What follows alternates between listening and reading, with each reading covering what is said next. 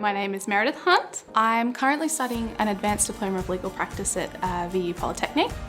The course I'm doing is a full-time course. I'm there Monday to Thursday at the moment, 10 till 5. VU Polytechnic is extremely hands-on.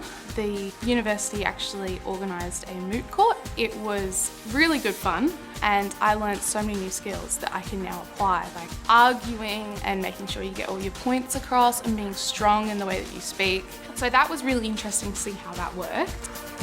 Through doing the Advanced Diploma of Legal Practice course, it has helped me get a placement in the workplace as a contract account analyst.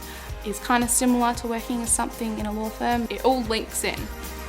One day I would like to see myself as a barrister at the Supreme Court.